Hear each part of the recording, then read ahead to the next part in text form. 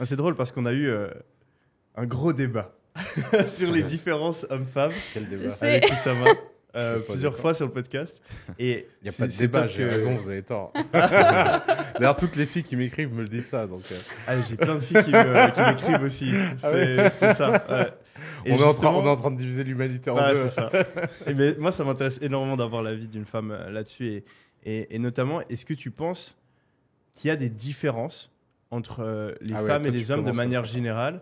Vas-y. Ouais, je la mets direct Bam. dans... Bam. Bim, bim. Il n'y a pas Vas-y. d'échauffement. Exactement. Est-ce que tu penses qu'il y a des différences dans l'approche à l'entrepreneuriat entre les femmes et les hommes? Bien sûr, à chaque fois, on fait des généralités. Tout le monde est différent. Mais de manière générale, est-ce que tu as vu voilà, des différences? Je pense que oui, il y a des différences. On n'est pas biologiquement pareil. Et je vois que, tu vois, par exemple, une femme, nous, quand on va se lancer dans l'entrepreneuriat, c'est pour nous-mêmes, pour être indépendante, pour être libre. Alors que je pense que les hommes, c'est plus ce besoin d'argent. Et pareil, on va avoir différentes problématiques. Genre, nous, les femmes, on va avoir un peu moins confiance en nous. On va avoir plus ce syndrome de l'imposteur, de vouloir tout le temps être perfectionniste, etc. Alors que moi, ce que je vois chez les hommes, c'est plus ce goût du risque, ils vont se lancer, etc. Après, je pense qu'on ne peut pas mettre tout le monde dans des cases parce que ce n'est pas possible. Et même moi, je sais qu'aujourd'hui, j'ai un peu ce truc de stéréotype masculin, enfin, cette partie féminine et cette partie masculine. J'ai les deux aujourd'hui, mais c'est vrai que globalement, oui, il y a une différence. Mais après, moi, je me suis dit, OK, il y a des inégalités. Oui, c'est dur. Enfin, j'ai grandi, on me disait, tu ne pourras pas gagner plus qu'un homme, dadada.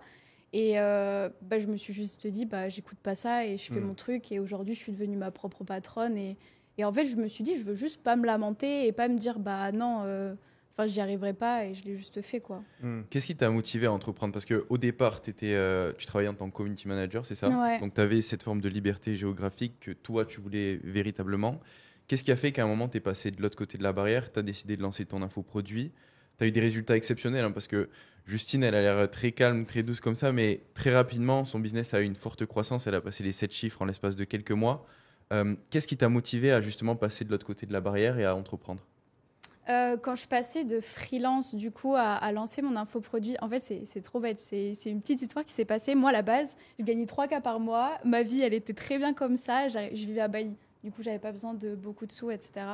Et j'ai Surtout à rencontré l'époque, des... Comment? Surtout à l'époque. Ça a un peu Ouais. changé, Bali. Là. Ouais, là, Ouais. ça a un petit peu augmenté, suivant les endroits où on va. Les Russes ont découvert Bali après Dubaï. Ouais, mais du coup, j'ai rencontré plein de gens qui entreprenaient et je me suis dit, mais il y a des gens quand même, ils font genre des sous, comment c'est possible? Et je me suis dit, moi aussi, je veux faire ça, je peux travailler plus dur et je peux le faire. Et du coup, j'ai lancé mon premier infoproduit qui a bien marché, je trouve, en tout cas.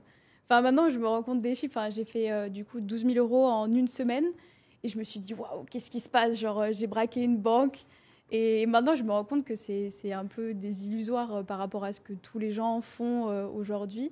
Et c'est vrai que, en fait, je me suis pris au jeu de me dire, vas-y, je vais faire ça, accompagner plus de monde au final, grandir, avoir plus d'impact. Et au final, c'est pour ça que j'ai continué dans l'infoproduit. Ok, cool.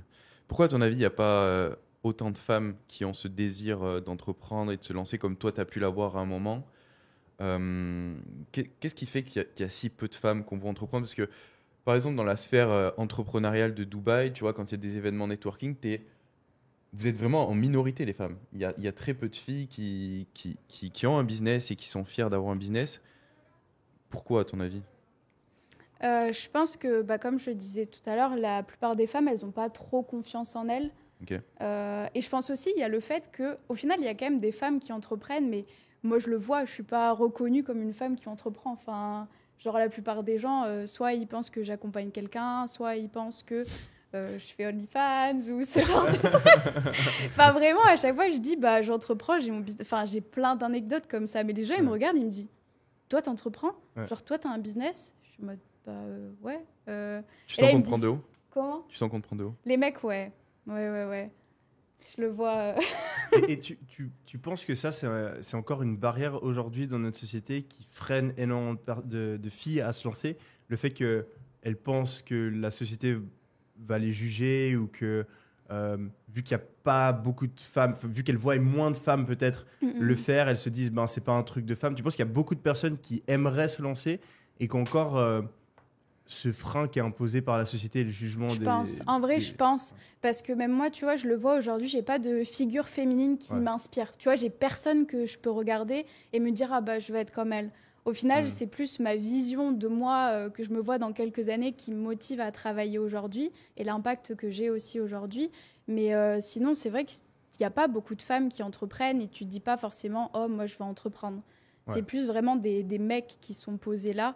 Et c'est vrai que je pense qu'il y a cette peur de ne pas être assez, de ne pas Ouais. faire les choses, de, tu vois, genre même juste la confiance en soi.